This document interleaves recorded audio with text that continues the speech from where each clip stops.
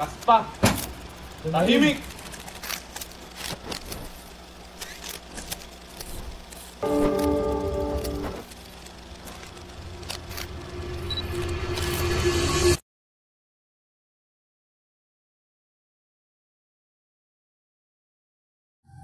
Sa bisa ng kapangyarihan ang pinagkaloob sa akin at sa mga biyayang bigay ng mga ikapal, binibigay ko sa iyo ang karangalan at pananagutan bilang isang prinsesa ng ating kaharian. Purihin si Maria, ang bagong prinsesa. Mabuhay si Maria, ating bagong prinsesa! Mabuhay! Mga mahal kong kababayan, ako nagpapasalamat sa inyong tiwala. Pinapangako kong ipaglalaban ng ating mga pangarap. Isang kinabukasang puno ng katarungan, kapayapaan at kalayaan. Sama-sama nating aabutin ito. Maria anak, buong puso kitang binabati. Alam ko na handa ka na sa hamon na ito at tiwala akong gagampanan mo ito ng buong tapang. Opo, Ama, hindi kita bibiguin. Ipinapangako kong maging prinsesa na karapat-dapat sa ating pangalan.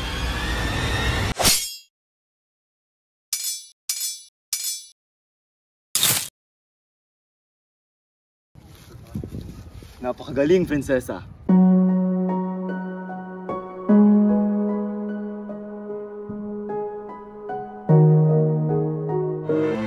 Alam niyo ba kung anong kapalit ng kabiguan?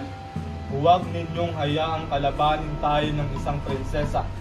Dapat siyang matumba bago lumakas pa. Tahimik! Di ko kailangan ng iyong mga paliwanag. Alam ko ang mga nangyayari. Kapag hindi natin ito pipigilan, patuloy na lang tayong mawawala ng kapangyarihan sa ating lupain. Ang lakas ni Maria, yun ang magiging dahilan ng kanyang pagbagsak. Amira, lapitan mo siya. Kabigin mo ang kanyang tiwala. Kapag nakuha mo na ang kanyang mga lihim, ibagsak mo siya mula sa loob. Ngunit Ama, hindi ako kasing lakas mo. Walang lugar sa kahinaan, Amira. Sundin mo ang utos ko o lahat tayo'y mapapahamak. Lahat tayo'y magdurusa sa pagkatalo. Susunod po.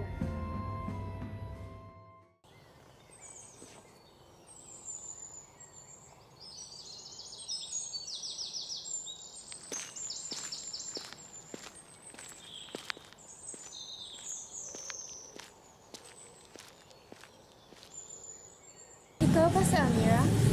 Maligayang pagdating sa aming munting kaharian. Opo, prinsesa. Maraming salamat. Ikinararangal ko pong maparito. Walang dapat ikahiya, Amira. Tulungan mo akong isang kaibigan. Hindi mo kailangan ng pamalitan. Maraming salamat po, mahal na prinsesa. Sinusubukan ko po. Anong ginagawa mo rito ng mag-isa? Gusto mo bang makapiling ang kalikasan? Parang ganoon lang po. Napakakalma po rito eh. Halika, tayo maglakad. Napakaganda ng hapon. Sayang naman kung hindi natin ito lubos na tatamasahin.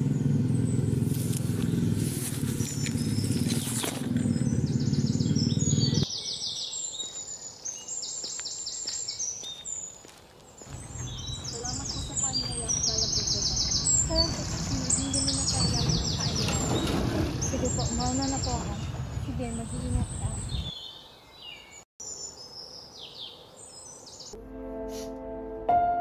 Maria. Ama, huwag kang mag-alala. Ako ang bahala sa ating kaharian. Pangako ko sa'yo. Malakas ka, Maria. Pero hindi mo kailangan akuin ang lahat. Huwag kang mag-isa sa laban. Nagpahinga ka, Ama. Ako na ang bahala.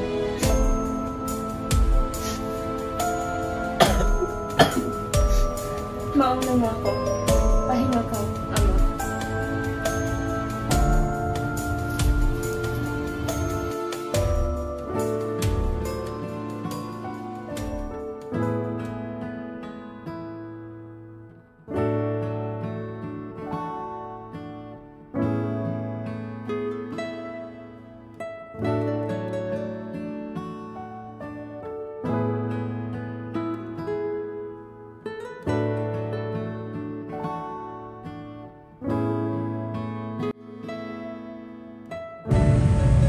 mo, Amira, may espesyal na lugar sa puso ko ang sinidakdatan na ito. Para bang tumapak ka sa ibang mundo, puno ng sekreto at kwento. Kaya pa naman dito, parang panaginip lamang. Malay sa gulo ng mundo. Hindi ko inaasahang maging ganito ako komportable kapag kasama kita. Para bang matagal na kitang kilala. Hindi ko rin inaasahang maging komportable ako dito sa iyo. Baka naman iniisip mo na mahigpit ako bilang prinsesa. Hindi naman sa ganon, prinsesa. Hindi ko rin inaasahang ganito ka normal. Sa mga oras na ganito, nakakalimutan ko na ako ay isang prinsesa. Parang ako lang si Maria, isang babaeng naghahanap ng kaibigan. Maria Manish, may sasabihin sana ako. Ano yun? Sabihin mo lang, ligtas ka rito. Hindi ka ba magsasawang kasama ako pagbasa ng mga lumang libro? Kapag kasama kita, kahit isang milyong libro pa yan, hindi ako masasawa.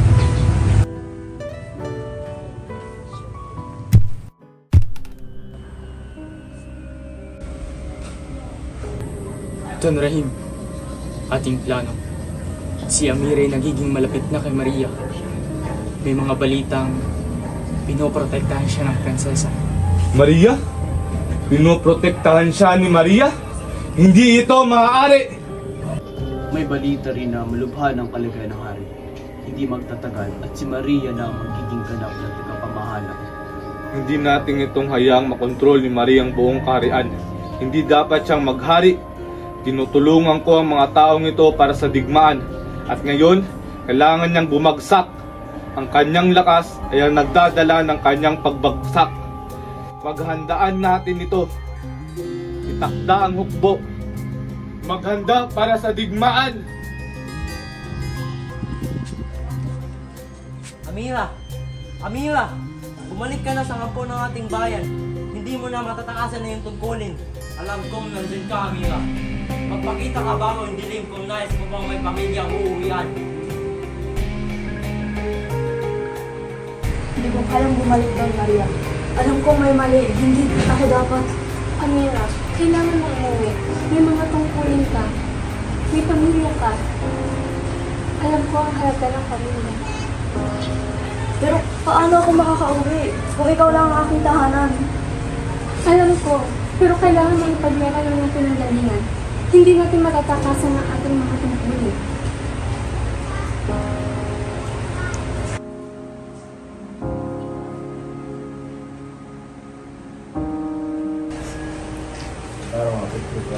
Mag-iingat ka, Amira.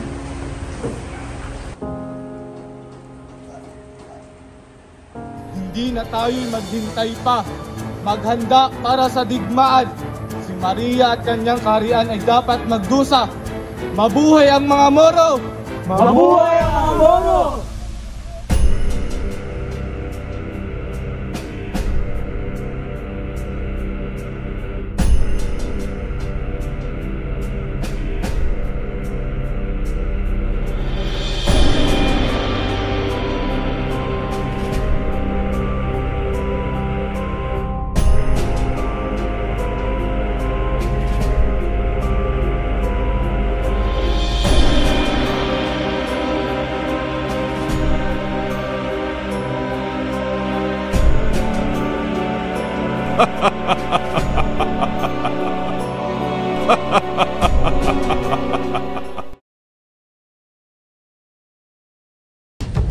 Mga kababayan, dahil sa sunod-sunod na pagkurusa ng mga muro sa ating lupain, kinakailangan na natin itong aksyonan.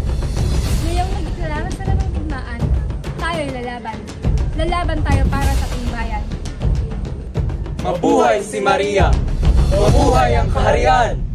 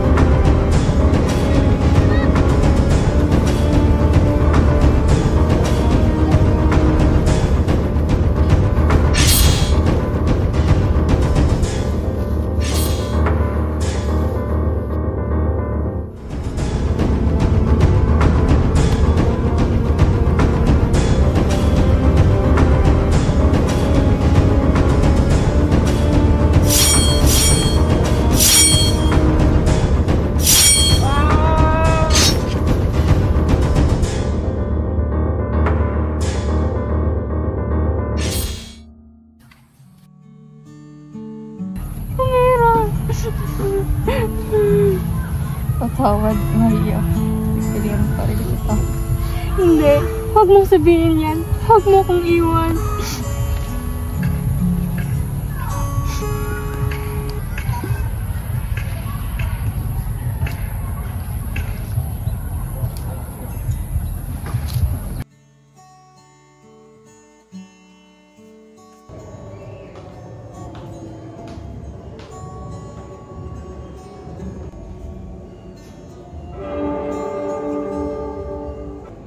Nanalo ako sa labanan, ngunit natalo ako sa digmaan.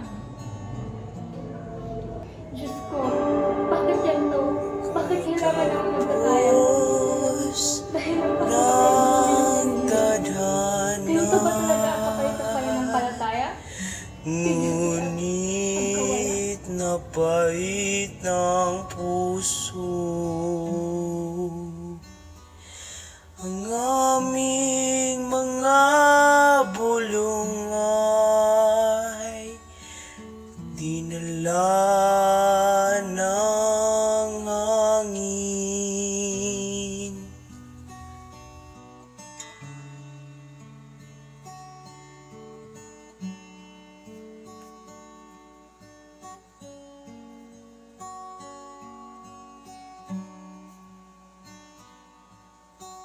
Pahinang palipat-lipat kahit milyong madan.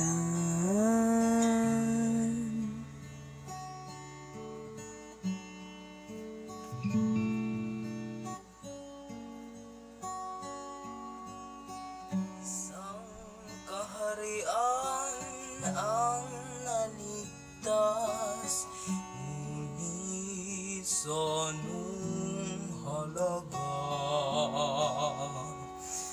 At sa huli umamin na dala ating pag-ibig sa laban.